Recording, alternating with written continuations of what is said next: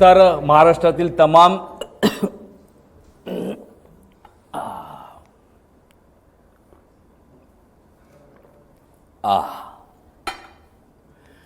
तर महाराष्ट्रातील तमाम जनतेला, जनता जनार्दनाला जलमय शुभेच्छांसह भारत गणेशपुरेचा नमस्कार. मंडळी, मी आता पाणी पिलो, ठसका लागला. मला सांगा, तहान कोणाला लागत नाही? अरे बाबा, सगळ्यांनाच लागतं ना. तुम्हाला लागते, मला लागते, जनावर लागते, सगळ्याला तहान लागते, सगळ्याला पाणी प्यायची गरज असते. पण तहान लागल्यावर वीर खणायची नसते, हे आता महाराष्ट्र शिकलेलं आहे.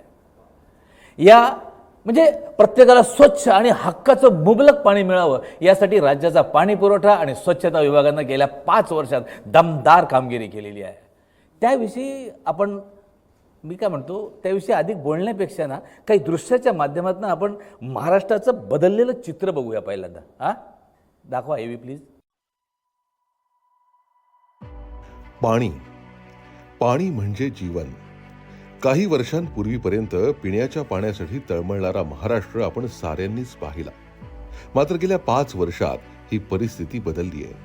जिथे एक घागर पाण्यासाठी मैलोनमैल पायपीट करायला लागायची, तिथे आज घराघरात थेट नळाद्वारे स्वच्छ पाणी मिळत आहे. ही किमया आहे जलजीवन मिशनची. माननीय पंतप्रधान नरेंद्रजी मोदी यांच्या महत्वाकांक्षी प्रकल्पाची. हर घर को जल कैसे मिले, पीने का शुद्ध पानी कैसे मिले, और इसलिए आज मैं लाल किले से घोषित करता हूं कि हम आने वाले दिनों में जल जीवन मिशन को लेकर के आगे बढ़ेंगे. आणि मोदीजींचं स्वप्न प्रत्यक्षात उतरवण्यासाठी अथक मेहनत घेणाऱ्या पाणी पुरवठा आणि स्वच्छता मंत्री गुलाबराव पाटील यांची.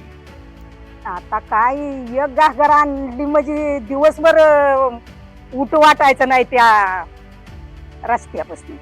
माहेर घरी पण पाणी आणायला लागत होतं विहिरीवनं तवा, आणि हिथं होतं ती झरं होतं, ती झऱ्यातनं आपलं ते हांड स्वच्छ वाड्याला धुतलं की ती भरून आणत होतो. आता चांगलं वाटतंय की आता काय कुठं पाण्याला जायचं नाही, डगर चढवायची नाही, हांड डोक्यावर घ्यायचं नाही, चुबळ घ्यायची नाही. आता मस्त 24 तास आहे. घरात नळ आहेत. कुटुंबातल्या प्रत्येक व्यक्तीला दर दिवशी 55 लिटर स्वच्छ पाणी पुरवणं हा योजनेचा उद्देश. आणि राज्यभरातल्या गाव खेड्यातले वाड्या वस्त्यांवरचे चेहरेच हा उद्देश पूर्ण झाल्याची ग्वाही देत आहेत.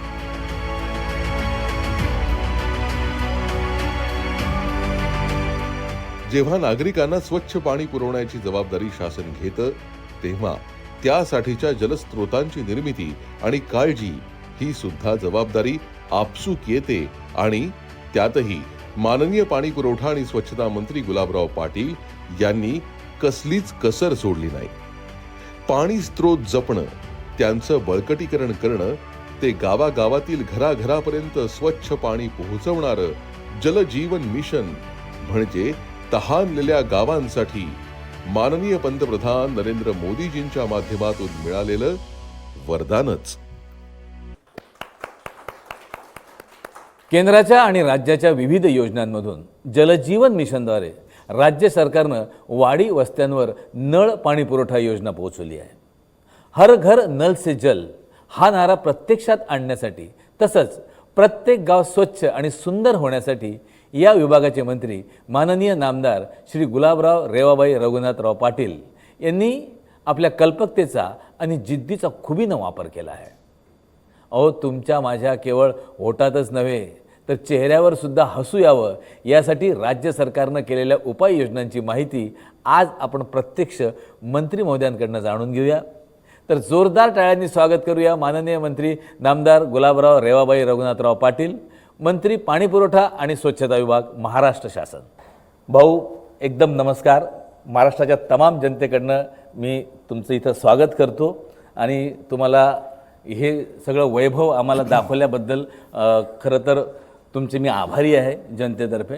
या संदर्भात हे तुम्ही कसं केलं, काय केलं, ह्या संदर्भात काही थोडेसे प्रश्न आहेत आमच्या डोक्यात, काही लोकांच्या डोक्यात असतील, ते तुमच्या माध्यमातून आज आपण मोकळे करू. तर हे जे योजना आधी केंद्र सरकारची हर घर नल से जल योजना, तर ही योजना गेल्या 5 वर्षामध्ये आपण याचा सर्वदूर प्रसार कसा काय केला, म्हणजे काय काय माध्यम वापरले? बघा, माननीय पंतप्रधान नरेंद्रजी मोदी ज्यावेळेस या देशाचे पंतप्रधान झाले त्यावेळेस ही योजना त्यांनी पूर्ण देशामध्ये लागू केली. म्हणजे या देशामध्ये हर घर नल से जल ही जी एक योजना आहे ही राबवत असताना प्रत्येक गावाला आम्हाला त्या ठिकाणी ग्रामसभेच्या माध्यमातून जागृत करावं लागलं. आणि पूर्वी जे आम्ही LPDCने पाणी द्यायचो ते कमी पद्धतीने देत असल्यामुळे 55 लिटर पर हेड पाणी देण्याची योजना या ठिकाणी करण्याचा संकल्प त्यांनी केला होता. आणि हे करत असताना प्रसिद्धीच्या माध्यमातून असेल, ग्रामसभेच्या माध्यमातून असेल, किंवा वृत्तपत्र असेल, किंवा TV चॅनल्स असतील, किंवा गावाच्या माध्यमातून ग्रामसभा असतील, जिल्हा बैठका असतील, तालुका बैठका असतील, अशा माध्यमातून आम्ही ह्या योजनेचा प्रचार आणि प्रसार केला. आणि हे करत असताना लोकांमध्ये ही जागृती आम्ही निर्माण केली की आता आपल्याला नवीन योजना तयार करायची आहे आणि प्रत्येक घराला नळाचं कनेक्शन या ठिकाणी द्यायचं आहे आणि नवीन योजना सुरू करायची आहे. क्या बात आहे. आपण हे पाणी पुरवठ्याच्या अंतर्गत सौर पॅनल जे आपण म्हणतो त्याचा काय फायदा कसा होतो? बघा, आता पूर्ण योजनांचा जर अभ्यास केला सध्या तर मागच्या काळामध्ये ज्या योजना आमच्या बंद पडल्या तर गाव पातळीवर लाईट बिल भरलं गेलं नाही. करेक्ट. तर मग आता नवीन योजना पूर्ण झाल्यानंतर अशी लक्षामध्ये आमच्या आलं की MSCBवालेचं म्हणणं असं होतं की तुम्ही मागचं बिल भरा, त्याच्याशिवाय आम्ही तुम्हाला नवीन कनेक्शन देत नाही. मग शेवटी आम्ही माननीय मुख्यमंत्री महोदय, माननीय उपमुख्यमंत्री आदरणीय देवेंद्रजी असतील, आदरणीय अजितदादा असतील यांच्याकडे मांडणी केली की साहेब ही योजना एवढी चांगली आहे पण आता लाईट बिल गाव पातळीवर भरलं जात नाही, तर आपण काय करावं? तर त्यांनी सांगितलं की ठीक आहे, आपण MSCBला हे सांगू की मागचं बिल तुम्ही घेऊ नका, नवीन बिल घ्या. पण हे करत असताना त्यांनी ह्या सूचनाही मुख्यमंत्री महोदयांनी आम्हाला दिल्या, उपमुख्यमंत्र्यांनी दिल्या की सोलर जिथे तुम्हाला करता येईल तिथे करा. याचं कारण ते केल्यामुळे गाव पातळीच्या सरपंचाला लाईट बिल येणार नाही आणि ज्या योजना मागच्या काळामध्ये लाईट बिलमुळे बंद पडल्या त्या बंद पडणार नाहीत. त्याचा फायदा निश्चितपणाने जिथं जिथं जागा उपलब्ध आहे, आता काही काही ठिकाणी तर 20-20 हजार लोकवस्तीच्या गावामध्ये सुद्धा सोलरच्या मार्फत काही लोकांनी मागणी केली, तिथे केली. आता नंदुरबारसारखा जिल्हा आहे जो पाड्या वाड्यामध्ये आहे, छोट्या गावांमध्ये 50 घरांचा आहे, 100 घरांचा आहे, तिथे सोलरद्वारे आपण हे काम करण्याचा या ठिकाणी प्रयत्न केला. त्याच्यामुळे दिवसा त्याला काम होते आणि त्याचबरोबर लाईट बिल त्या गावाला येत नाही. हा सोलरमुळे आम्हाला फायदा झाला आहे. क्या बात आहे. म्हणजे हे नैसर्गिक स्रोत वापरून तुम्ही जनसेवा ते करताय. पण हे जे काय सौर ऊर्जेवरचं दुहेरी पंप व्यवस्थेवरती आधारित आपण जे नळ पाणी पुरवठा योजना राबवली, तर त्या योजनेचा कसा प्रतिसाद आहे? म्हणजे आपल्याला दुर्गम भागामध्ये याचा प्रतिसाद निश्चित आहे, कारण की वाड्यापाड्यामध्ये नियमित शाश्वत पाणी नसते, तर पुरवठा करण्यासाठी सौर ऊर्जेचा निश्चितपणाने त्याचा फायदा होतो. कारण की हे केल्याशिवाय तुम्हाला जमणार नाही आहे, म्हणून दुहेरी पंपाचा हा एक फायदा आहे. पण हे पाण्याचे जे स्रोत आहेत म्हणजे जिथून आपण पाणी घेऊ शकतो, तर ते बळकट करण्यासाठी आपल्या विभागामार्फत काय योजना राबवल्या? हे बघा, योजनांच्या उद्भवाचा जो विषय असतो त्याला जर कधी तुम्ही बळकटीकरण केलं नाही तर तुमचं पाणी राहणार आहे. म्हणजे त्याच्याकरता विहीर पुनर्भरण हा एक सगळ्यात मोठा उपाय आहे. ते जर आपण केलं पाहिजे. त्याच्याबरोबर जलजीवनच्या अंतर्गत कार्यक्रमामध्ये आपण पाहिलं असेल की जे स्रोत आहे तुमचे, ते स्रोत वाचवण्याकरता जर जवळून तुमचा कुठं नाला जात असेल तर तुम्ही त्याला त्या ठिकाणी पाणी अडवलं पाहिजे. आणि जीवन कार्यक्रमामध्ये विंधन विहिरींचं पुनर्भरण केलं पाहिजे. ज्या ठिकाणी विंधन विहिरी आहे तिथे तुम्ही पुनर्भरण केलं पाहिजे, कारण की जोपर्यंत तुम्ही वॉटर लेवल वाढवण्याचा त्या एरियामध्ये प्रयत्न करणार नाही तोपर्यंत तुम्हाला पुढच्या काळामध्ये ते पाणी संकलन केल्याच्या शिवाय अडचण दूर करता येणार नाही. शोषखड्डे वगैरे तुम्ही शोषखड्डे, त्याच्यानंतर तुमच्या पुनर्भरण करता. आता तुम्ही बघा, शेतकरी ज्यावेळेस शेतामध्ये विहीर खोदतो तर आमचे म्हणणं हेच असतं की बाबा रे, ते करत असताना तू MREGS मधून त्या ठिकाणी शोषखड्डा घे ना, पुनर्भरण करणं, तुझं जॉब कार्ड काढ, तूच तयार कर खड्डा, तूच त्या ठिकाणी विहिरीमध्ये पाणी उतरव, तुला MREGचे पैसेही मिळतील, तुला मजुरीही त्याच्यातून मिळेल आणि तुझं जी विहीर 2 महिने चालणारी आहे ती विहीर 4 महिने चालेल. हे बळकटीकरण करण्याकरता आम्ही हे बरेच प्रयत्न केलेले आहे. आता ह्या पाणी पुरवठ्याच्या अंतर्गत भूजल सर्वेक्षण असा एक सब्जेक्ट आहे. म्हणजे विकास यंत्रणाच्या माध्यमातून राज्यभरातून तुम्ही ह्या ज्या प्रयोगशाळा आहेत आपण भूजल सर्वेक्षणाच्या, तर ह्या आणखीन सक्षम करण्यासाठी काही उपाययोजना आपल्या पूर्वी ना राज्यामध्ये मला वाटते 6 प्रयोगशाळा होत्या आणि विभाग वाईज जर पकडल्या तर 28 मला वाटतं होत्या. आता 178 प्रयोगशाळा आम्ही केल्या आहे आणि 178 प्रयोगशाळामध्ये पूर्ण स्थापन करून त्याचे काम आमचं सुरू झालेलं आहे. म्हणजे पाण्याची तपासणीपासून तर सगळ्या गोष्टीचं काम आम्ही त्याच्यामध्ये केलेलं आहे. गुणवत्ता तपासणी त्याच्यामध्ये खास करून होली जाते. त्या पाण्यामध्ये काय अडचण आहे त्या सगळ्या तपासणी त्याच्यामध्ये केल्या जातात. ते पिण्याच्या कामाचं आहे की नाही, त्याच्यामध्ये किती प्रमाणामध्ये क्षार आहे, त्याच्यामध्ये काही अडचण आहे का, या सगळ्या गोष्टी आधुनिक पद्धतीने तिथे तपासल्या जातात. वा वा. आता एक प्रश्न मला असा विचारायचा होता की हे जे पाणी पुरवठा विभागाचं किंवा जलजीवन मिशन ज्याला आपण म्हणतो, तर ह्याच्यामध्ये तुम्ही महिलांचा जास्तीत जास्त सहभाग करून घेतला, हे कसं शक्य झालं आणि तो कसा केला? गावचा राव काय करतो, घरी गेल्याबरोबर महिलेलाच पाणी मागतो की नाही. आता तुम्ही पण गेले गणेशराव तर वहिनीला तुम्हीच पहिले पाणी मागता. त्यामुळे महिलांचा समावेश करणं हे या योजनेमध्ये गरजेचं आहे. त्याच्यामध्ये आम्ही 5% महिलांना याच्यामध्ये काही ठिकाणामध्ये प्रशिक्षण दिलं आणि त्यांना त्यांच्यामधले सूत्र समजून सांगितले. आणि मला तरी असं वाटतं की महिलेकडून ग्रामसभा घेण्यात आल्या. काही ठिकाणी तर आम्ही बचत गटांना ही कामं दिली, बिल कलेक्शन करण्यापासून तर इतरची जी कामं आहे. कारण की या योजनेमध्ये पुरुषांपेक्षा महिलांना फार जास्त गरज आहे. पाणीचं नातं हे महिलेशी सगळ्यात जास्त आहे. मला धुणं धुवायचं आहे, पाणी महिलेला लागणार. भांडी घासायची आहे, पाणी महिलेला लागणार. गुरांना पाणी पाजायचं आहे, महिला पाजणार. पण माझी माय माऊली जी गावात राहते तिला पाणी हा एक सगळ्यात तिच्या जीवनातला सगळ्यात मोठा घटक असल्यामुळे, शहरात नाही असं आमचं म्हणणं नाही, पण गावाशी तो आहे. नाही तेही आहे म्हणा. आणि आता आपण उन्हाळा वगैरे लागला की आपण जसं टी व्हीवरती बातम्या पाहतो, तर बाबा इकडे पाण्याचा दुष्काळ, तिकडे पाण्याचा दुष्काळ म्हणलं की आपल्याला महिलाच दिसते डोक्यावरून, असे माणसं दिसत नाही. असे माणसं कामी लावले पाहिजे भाऊ. आपण यायला डोक्यावर हांडे घेऊन पाठवले पाहिजे, म्हणजे हे पाणी बचतीचे काय काय काय कार्य करत राहतील. आता आदिवासी विभागामध्ये या लाभार्थी जलजीवन योजनेमध्ये तर त्यांना कशा पद्धतीनं आपण, कारण त्यांना खूप जास्त गरज असते खरं तर, कशी मदत केली? आदिवासी भागामध्ये आपण पाहिलं असेल की इतर भागांमध्ये 10% लोकवर्गणी भरण्याचा शासनाने GR काढला होता, पण आदिवासी भागामध्ये आपण तो निम्म्यावर आणला आहे. म्हणजे 5% लोकवर्गणी भरण्याचा या ठिकाणी आपण प्रमाण त्या ठिकाणी दिलं, जेणेकरून आदिवासी भागांमध्ये तो करावं. अंगणवाड्या असतील, आश्रमशाळा असतील, जलजीवनच्या मिशन माध्यमातून कार्यक्रमामध्ये पाणी पुरवठ्याच्या ज्या सोयी उपलब्ध करून द्यायच्या असल्या त्या सगळ्या आपण आदिवासी भागामध्ये करण्याचा प्रयत्न करतो आहे. वा क्या बात आहे. तर ह्या सगळ्या येणाऱ्या पावसाचं, ह्या सगळ्या पाण्याचं सुनियोजन करण्याच्यासाठी आपल्या विभागामार्फत कशा उपाययोजना केल्या आपण? हे बघा, एक सभेमध्ये मी ऐकलं होतं, 1989 साली शिवसेना प्रमुख भाषणात बोलले होते की एक काळ असा येईल की भावाभावामध्ये युद्ध होणार नाही, पण पाण्यावरून युद्ध होईल.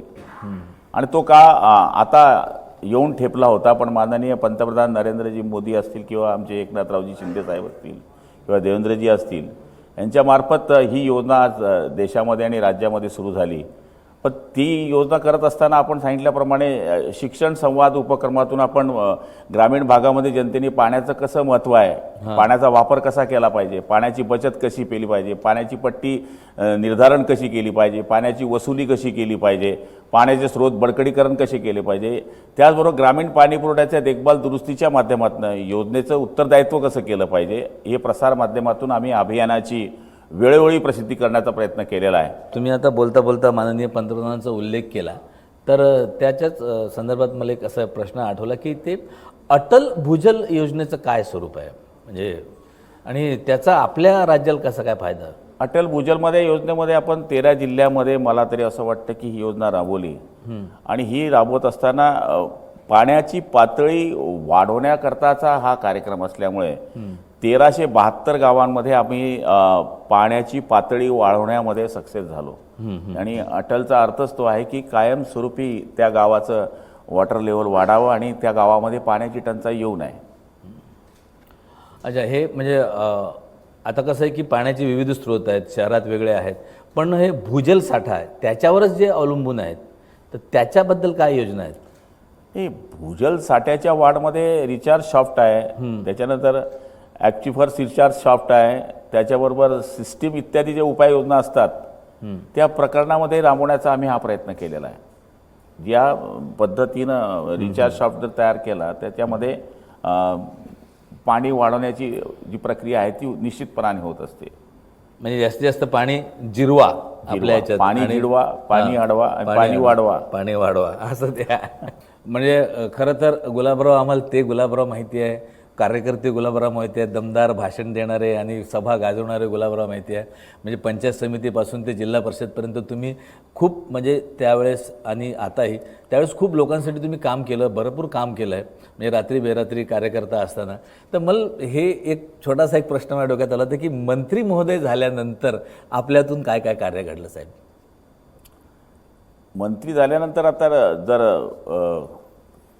सरकारची खाती सोडली तर सार्वजनिक जीवनामध्ये ती कामं करायला पाहिजे. म्हणजे मी सरकारच्या योजनेमध्ये जाणार नाही, पण व्यक्तिगत जर आपण पाहिले असतील कामं तर माझ्या जीवनामध्ये जी मागच्या काळातली गरिबी पाहिली किंवा दिली आहे, मी पाहिलं की काही मुली अशा आहेत की ज्या शाळेमध्ये जातात त्यांना 3 किलोमीटर किंवा 5 किलोमीटर पायी प्रवास करावा लागतो, आणि त्या काळामध्ये जिला यायचं असतं त्या काळामध्ये त्या खेड्यावर बस नसते. तर यावर्षी आम्ही एक नवीन योजना चालू केली की 8वी ते 10वीच्या ज्या मुली आहे अशा 1350 मुलींना आम्ही मोफत सायकली दिल्या की ज्या माध्यमातून त्या मुली शाळेमध्ये येऊ शकतील. तर आम्ही एक सायकल घेतली, 42,000 रुपये त्याची किंमत आहे. अशा 500 सायकली मी माझ्या मतदारसंघामध्ये फक्त अपंगांना वाटल्या, जेणेकरून तो त्याच्यामध्ये उदरनिर्वाह करू शकतील. हे करत असताना आम्ही राज्याची जी संस्कृती आहे, 181 गावं माझ्या गावामध्ये आहे, मतदारसंघामध्ये आहे, तिथे मी भजनी लोकांना साहित्य दिलं. म्हणजे एका गावाला भजन संध्या जर सुरू ठेवायची असेल, देवाचं नामस्मरण सुरू ठेवायचं असेल, कीर्तन सप्ताह आहे, तर एका गावाला असं 42,000 रुपयाचा एक साहित्याचा सेट अशा 181 गावामध्ये आम्ही पूर्ण सेट देण्याचा या ठिकाणी प्रयत्न केला. माझ्या गावापुरतं सांगितलं तर माझ्या गावामध्ये 100 असे लोक आहेत की ज्यांना सून नाही, मुलगा नाही, त्यांना वागवणारे काही नाही, तो एकटा असतो, एकट्या खोलीत बंद असतो. असे 100 डबे माझे रोज जातात. म्हणजे क्या बात 12ही महिने, पाऊस असो, ऊन असो, हिवाळा असो, त्याच्या घरात भाऊचा डबा जातो. हे करत असताना मनास्वी हा एक आनंद होत असतो की आपण या पद्धतीचे कामं करा. मी एक कन्सेप्ट घेतला आहे की माझ्या मतदारसंघातला मोतीबिंदूचा एकही माणूस शिल्लक राहता नाही. तर मी आता ह्या 6 महिन्यामध्ये 3,500 लोक पनवेलला मी आणले, माझ्याच गाडीने येतात. आम्हीच त्यांना थैली घेऊन फक्त बोलवतो, ना पाण्याची बाटली आणू नको, काही आणू नको. चेकिंग केलं, आम्ही त्यांना लक्झरीमध्ये बसवतो, रस्त्यामध्ये जेवण देतो, पनवेलला आणतो, तिथे हॉस्पिटलमध्ये ॲडमिट करतो. ॲडमिट केल्यानंतर त्याचं ऑपरेशन झालं की त्याला गाडीत बसवतो, त्याला जेवणाची व्यवस्था करतो आणि घरपोच त्याच्या घरी सोडतो. म्हणजे अशा पद्धतीनं ही एक सेवा करण्याचा प्रयत्न केलेला आहे. आणि मुंबईमध्ये आमच्या प्रत्येक हॉस्पिटलमध्ये आम्ही 2-2 लोक ठेवलेले आहेत की गावाकडचा कोणीही माणूस आला तर आम्ही ती करत असतो. मतदारसंघामध्ये माझ्या स्वतःच्या 5 ॲम्ब्युलन्स आहे, विदाऊट पेट्रोल, विदाऊट डिझेल. आम्ही कोणाकडनं पैसे घेत नाही, घरपोच आमची सेवा सुरू असते. अशा पद्धतीनं मंत्री असो किंवा नसो, पण जी बाळासाहेब ठाकरेजींनी आम्हाला शिकवण दिली होती की 80% समाजसेवा आणि 20% राजकारण, त्या भरोश्यावरच आम्ही कायमस्वरूपी काम करत असतो. क्या बात आहे सर. तुमच्याकडनं आम्हाला अजून बरंच काही जाणून घ्यायचं आहे, पण आजच्या भागात इथेच थांबूया. पण उद्या नक्की भेटूया माननीय मंत्री गुलाबराव पाटील यांच्यासोबत.